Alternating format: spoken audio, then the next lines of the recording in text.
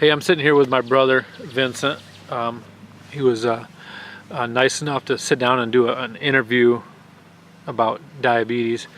Back when my brother was younger, he came down with type 1 diabetes as a young kid around Halloween. I remember it very well. I almost lost my brother, and quite a bit of people in our family have had diabetes. That have actually passed, and they had multiple complications because of it, and then I came down with it.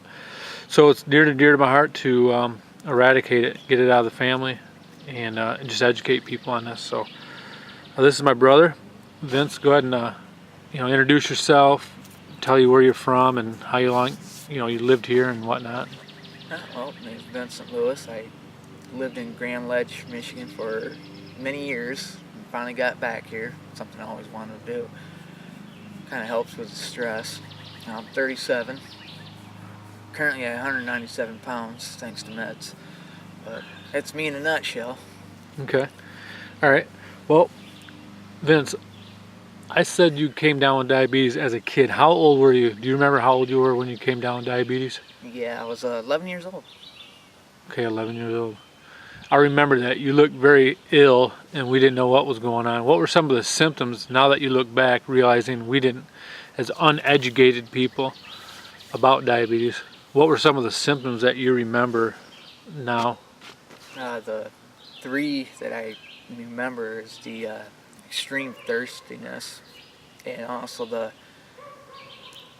constant having to use the bathroom, and then after a week or so I was also blanking out for a few seconds and walking into stuff, and it was mostly the thirst and having to use the bathroom, and they weren't together. A sink and bath toilet wasn't, so Right. kind of wish they were, because I could just stick my head under the sink and go to the bathroom at the same time. Right, so you're urinating I was excessively. gallons Okay, easily. all right. And you couldn't hold it? Couldn't hold it. Okay. All right, so that was some of the symptoms before you knew you were diabetic. Now, when you went into the hospital,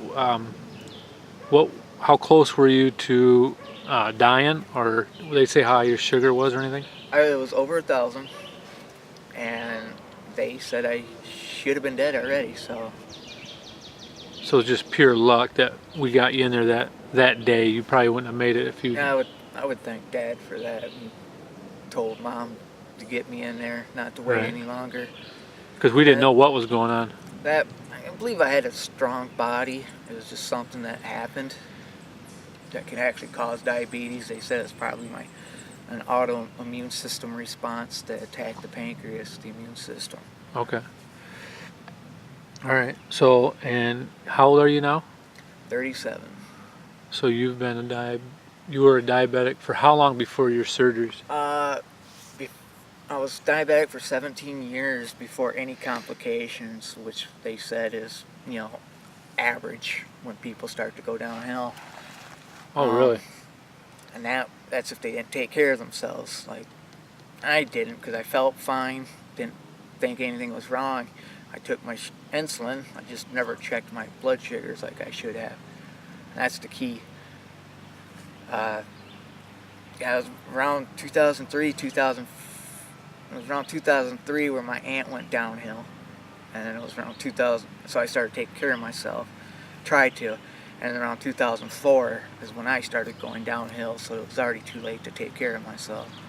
Okay, so you're saying because the lack of discipline or the necessities to keep track of your diabetes. It was basically discipline, the Okay. Superman mentality, young, dumb, felt fine, so nothing's wrong. Gotcha. So in that meantime, even though you felt fine, the diabetes was causing problems inside your body. Right. Or what is some of the effects, because you didn't keep your sugar under control? What were some of the effects you found out later? Well, it pretty much affects all of your body. Okay. Um, Give us 2 or 3 or well, 4. they say make sure you go to the dentist, and the reason is because my teeth look fine on the surface. Underneath, they're wrecked because the high blood sugars would attack the roots Okay. and stuff like that. eye vision problems. I've been totally blind twice, and also blind in each eye at separate occasions. Wow, I don't even recall that. Holy cow! I knew you lost your sight. What did they do to fix that? Well, first they did a bunch of laser surgeries to stop the eyes from hemorrhaging into the orb. Okay. But my eyes ended up hemorrhaging anyways, and they had to remove the gel inside the eye and replace it with saline solution. Oh wow! Now, do you gotta get that done on a regular basis? No, surprisingly not. Oh, okay. But your vision isn't the same. I mean, I also had cataracts, but Now, is that because of diabetes, or that is was that because just of diabetes too. because usually a 30-year-old Doesn't get get cataracts. cataracts? No reason. Right, that was from the diabetes too. So Now, I heard about nerve endings. Has that affected you? luckily, no. That's one area I'm blessed, and they say diabetes should wear shoes. I never really got it as a kid, but as I grew up, I realized, well, was taught and learned myself that being your feet are the furthest from your heart, they don't get as much blood, and also the high blood sugar affects nerves, and people lose feeling in their feet, get cuts, and then they get an infection not even knowing it, and it's gangrenous, and they have to amputate. Okay. That's the whole big thing about that, and I've been blessed that I still have really good feeling in my feet. Right. Now, but you still wear shoes now on a regular basis now? Or you don't wear Outdoors, that? if I don't know the place, like somebody else's house, but if I know the house is kept clean, or if it's my house, I know the path Gotcha. there where I'm not Okay. stepping on stuff. Okay. Now, one thing I remember, an illness that the diabetes attacked on your body, and that actually took you down a path of life or death, and you had to get transplant. And it was your kidneys. Yep. How does a high sugar affect your kidneys? I don't know how it affected it. I don't know if it's because the sugar's blood thicker or not when you have high blood sugar. All I know is what happened to the kidney is they're like a mesh, like a filter, and they started separating, and they weren't filtering out all the toxins. And I mean, my potassium was so high, I was literally paralyzed from the waist down. Or if I sat down about for 10-15 seconds, if I stood up, I would literally just collapse, and I'd have to work getting my feet moving so I can move again. And stuff they give you to get that down is like drinking rotten cider apple juice, and they had like oil cans full of it for me to drink. It's just not very pleasant stuff. Wow, I So- did not know that. That's how they kill prisoners, is overdose of potassium. It paralyzes the body. Death sentence? Yep. Lethal injection? Yep. Potassium? They knock them out, and a lot of potassium. So a lot of potassium will kill you, just like... Yep. Okay. All right, so... I was on dialysis for 3 years, and that's a treatment.